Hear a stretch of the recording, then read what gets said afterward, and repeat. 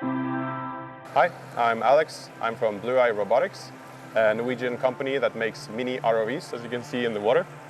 And we have been using the UXV Navigator controller quite a while now. I'm really happy that we can use the latest technology within Android tablets and also pack it into a robust, rugged, waterproof controller. So this is the Blueye Mini ROV, or underwater drone, as some people call it. It can reach depths up to 305 meters, and it's like one-man portable product. It weighs 9 kilos, and it has a battery life of up to 4 hours. This Mini ROV, or underwater drone, has been filming on the North Stream.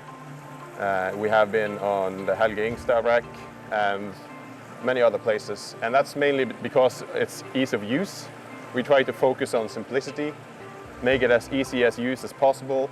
They're easy to maintain, and by having it app-based, you can easily export pictures, dive logs, etc. to the internet, since you can have 4G online.